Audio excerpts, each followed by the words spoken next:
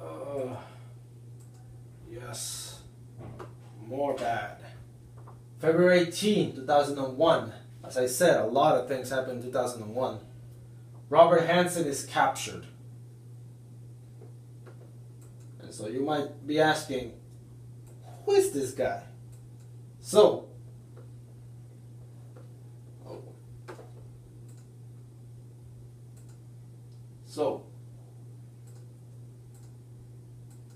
who Robert Hansen was. He was an FBI agent who's considered the worst traitor in U.S. history. According to his FBI colleagues, he was one of the most brilliant and smartest FBI agents they ever met. For 22 years, he sold secrets to Russia, as well as betraying several Russian spies working for the U.S. government. He also compromised investigations on undercover KGB agents working for the U.S. government. For betraying his country, he earned $1.4 million, as well as jewelry. So yeah, he sold secrets worth billions of dollars. And in return, Russia just gave him $1.4 million. Chump change. In the end, Robert Hansen, the reason he sold secrets to Russia was not because of the money. It was actually because he liked the feeling that he was changing world events, because he was selling secrets during the Cold War as well. So he liked the feeling to be in control. He liked the feeling that, oh yeah, I caused this. Oh yeah, Russia knows this because of me. So he liked that feeling. And so KGB General Oleg Kalugin, who ran and supervised agents in the U.S., called Robert Hansen a superb source and the most valuable agent he's ever worked with.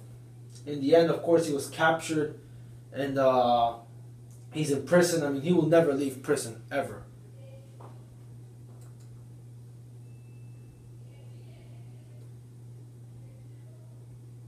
And so what he did was that how he delivered the documents and secrets, he actually went to this bridge in Washington, and below the bridge he used to put a bag that contained secrets, and about minutes later a KGB agent would come and he would collect it. And so one day eventually the FBI caught up with him, and just after Robert Hansen delivered secrets, just after he delivered a bag of secrets, he was captured by the FBI. Here you see him right here. That's him, Robert Hansen. Oh, it's loading.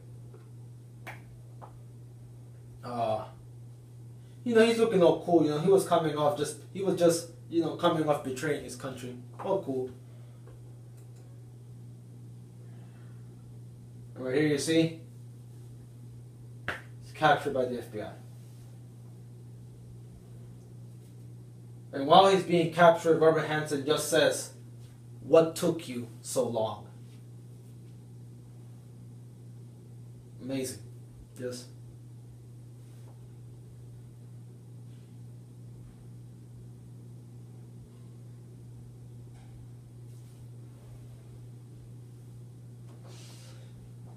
So yeah, right there he's captured. I'm gonna move. Okay, now we get to something kind of good. It depends on who you ask, actually. November 18, 2003, the first step in legalizing same-sex marriage in the U.S. is made. So yeah, prior to 2003, same-sex marriage wasn't allowed anywhere in the U.S. However, Massachusetts changed that when they became the first state to legalize it in 2003. Shortly after, Connecticut followed in 2008, and in 2009, 3 more states, Iowa, New Hampshire, and Vermont, legalized it. And as you all know, now same-sex marriage is legal everywhere in the United States. So, yeah. Now I move to February 4, 2004, Facebook is launched. So how was the most popular social network site in the world invented? Well, let's find out. So, founded by Harvard classmates Mark Zuckerberg, Chris Hughes, Dustin Moskovitz, and Edgardo Altamirano in 2004 in Harvard. It is the most popular social network site in the internet with 1.6 billion active users and it is the third most visited site in the internet. Facebook has been credited with helping the world communicate by allowing people from all over the world to be connected. Mark Zuckerberg is the world's youngest billionaire with a net worth of $56 billion. And if you want to learn more, you should watch the movie The Social Network. It's a pretty good movie. It got nominated for Oscar and other awards. It's a pretty good movie. You should really watch it if you haven't seen it yet. The Social Network. And now we move, of course, January 9, 2007. Steve Jobs introduces the iPhone to the world. Now right there, Steve Jobs. Steve Jobs said while introducing the iPhone, "Today, Apple is going to reinvent the phone." And you know what? I'll be damned if he didn't. By introducing revolutionary features like touchscreen interfaces, virtual keyboards, and the App Store, Apple set the standard on how smartphones are made nowadays.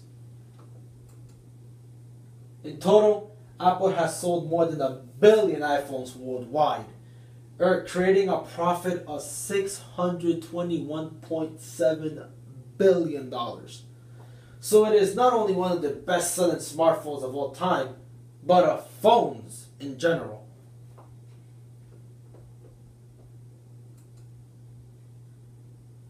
And so now, perhaps the most important thing to ever happen in 2000s. You know what this guy is? Yeah.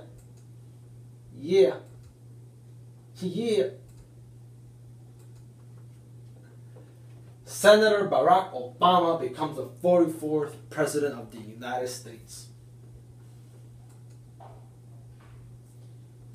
So, he became the nation's first African American president, but also he became the first president to be born outside the continental United States, meaning the continental United States is, the 48 states. The two countries that are outside the 48 is Alaska and Hawaii. And Obama was born in Hawaii. Before president, he had been senator of Illinois for only 3 years. In his second year as president, he received the Nobel Peace Prize, becoming just one of 4 U.S. presidents to ever been awarded the Nobel Peace Prize. He is married to Michelle Robinson, who, as her tenure as First Lady, has become a fashion icon, a role model for women, as well as an advocate for many problems like poverty and education. During his first 2 years in office, he signed an economic stimulus in response to the Great Recession, which really helped a lot of people.